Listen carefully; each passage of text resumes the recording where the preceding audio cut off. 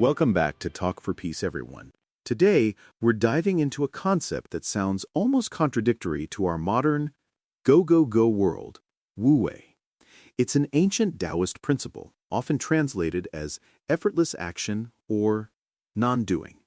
But what does that really mean, It's not about being lazy, that's for sure. Exactly, Arkar. When I first heard Wu Wei, my mind immediately went to doing nothing, which honestly sounds pretty appealing on a Monday morning. But then you realize that can't be it, right? We're all trying to achieve things, build careers, raise families. How does effortless action fit into that? Yeah, I've always been a hustler. Like, if I'm not actively pushing, I feel like I'm falling behind. The idea of non-doing almost gives me anxiety. It's like, wait, am I supposed to just sit here? My brain just doesn't compute that with productivity. That's a very common initial reaction, Kale, and it speaks to how deeply ingrained the strive and conquer mentality is in us. But Wu Wei isn't about passivity. It's about acting in alignment with the natural flow of things, rather than forcing or resisting. Think of it like a boat captain who understands the currents and winds and uses them to propel the boat, instead of constantly fighting against them with the oars. That's a beautiful analogy, Aurora.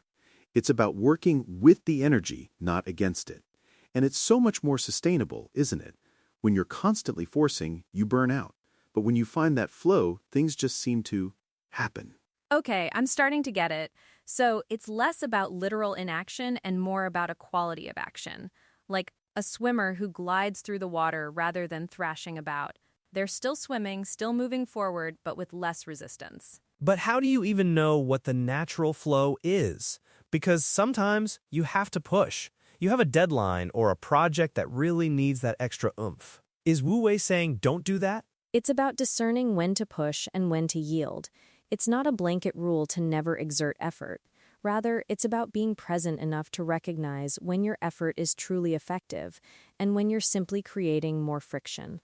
Sometimes, the extra oomph you mentioned, Kale, might actually be counterproductive, leading to mistakes or exhaustion. Wu Wei encourages an awareness that allows you to act from a place of clarity, not frantic urgency. It reminds me of that feeling when you're deeply engrossed in something you love, a hobby, a creative project, even a challenging task at work, and hours just melt away. You're putting in effort, sure, but it doesn't feel like effort. It feels natural, almost joyful. That's a taste of Wu Wei, I think. Oh, absolutely. When I'm writing and the words are just flowing, it's like my fingers can't type fast enough. But then there are days when it feels like pulling teeth. Every sentence is a battle. Is that the resistance you're talking about, Aurora? Precisely. Those pulling teeth moments are often indicators that you're out of alignment. Perhaps you're trying to force an idea that isn't ready, or you're tired, or your mind is elsewhere. Wu Wei suggests that in those moments, stepping back, taking a breath, or shifting your focus might actually be the most productive thing you can do, rather than continuing to push against the resistance. So it's about listening to yourself, essentially? Like instead of just gritting your teeth and pushing through, you're checking in to see if you're actually getting anywhere or if you're just making yourself miserable? Exactly, Kale. It's deep self-awareness. It's recognizing the rhythm of things. Think about nature. A river doesn't try to flow to the sea, it just does.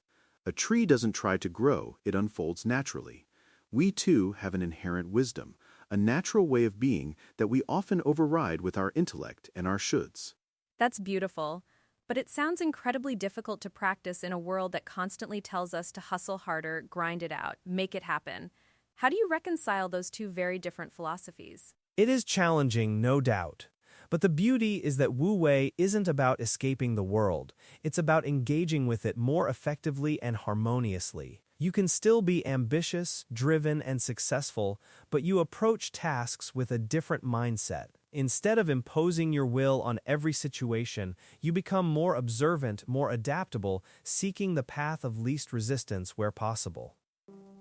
Okay, so for me, if I'm planning a new marketing campaign, instead of just hammering away at an idea that's not quite clicking, maybe I step away, go for a walk, let my subconscious chew on it, and then come back with a fresh perspective, and that is Wu Wei? Absolutely, Kale. That's a perfect example. You're not abandoning the task, you're allowing the solution to emerge rather than forcing it. It's trusting that sometimes the doing is happening on a deeper level, even when you're consciously not doing. I think I also tend to overthink things a lot, like trying to control every single variable in a project, and it often leads to more stress and sometimes even worse outcomes because I'm not flexible enough to adapt. Is letting go of that control part of Wu Wei too? Definitely, Angelina. A significant aspect of Wu Wei is surrendering the need for absolute control. Life is inherently unpredictable. When we cling too tightly to how we think things should be, we create inner conflict and resistance to what is.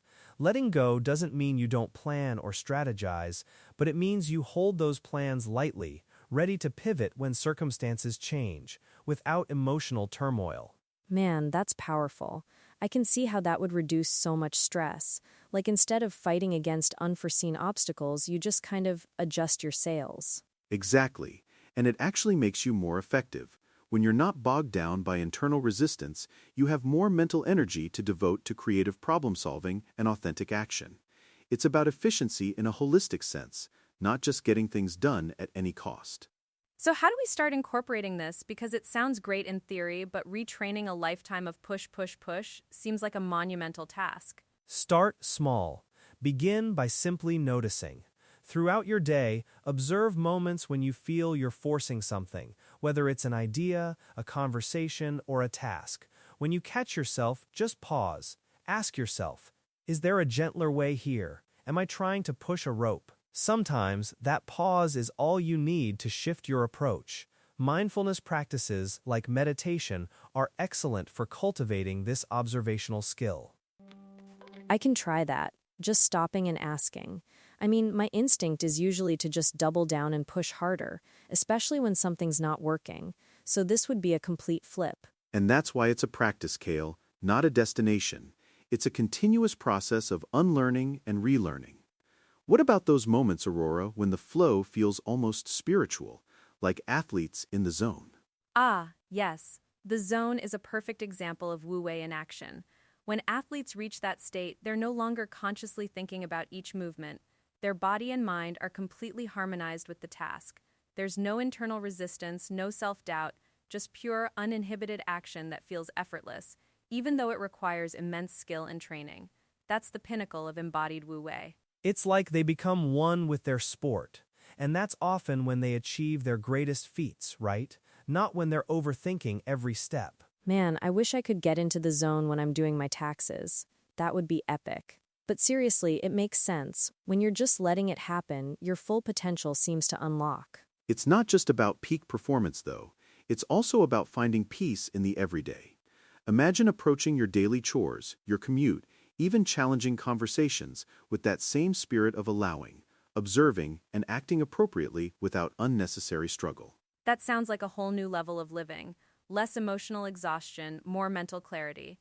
I'm picturing my to-do list, and instead of dreading it, I'm just moving through it. Precisely. And it doesn't mean you abandon your responsibilities or goals. It means you meet them from a place of inner stillness, rather than frantic striving. You become a conduit for action rather than its sole struggling generator. I'm going to try this pause and ask thing, especially when I feel myself getting frustrated. Instead of just pushing through it, I'm going to try to identify if I'm fighting against the current or if I'm actually making progress. That's a fantastic takeaway, Kale. It's about cultivating that wisdom within ourselves to discern. And remember, Wu Wei isn't about being passive. It's about being profoundly responsive. It's about intelligent, harmonized action. I'm looking forward to exploring this more. I think it could truly transform how I approach both my work and my personal life, especially in managing stress and overwhelm. It's a journey, not a destination. And the beautiful thing is, the more you practice Wu Wei, the more effortlessly it becomes part of who you are. You begin to trust life more, and your actions naturally become more effective and joyful. Thanks, everyone. This was super insightful. I've got a lot to think about, and more importantly, a lot to unthink about how I usually approach things. A great point to end on, Kale. Thank you all for joining us today on Mindful Living. We hope this deep dive into Wu Wei helps you find more flow, less friction, and greater peace in your own lives. Until next time, keep exploring that effortless action.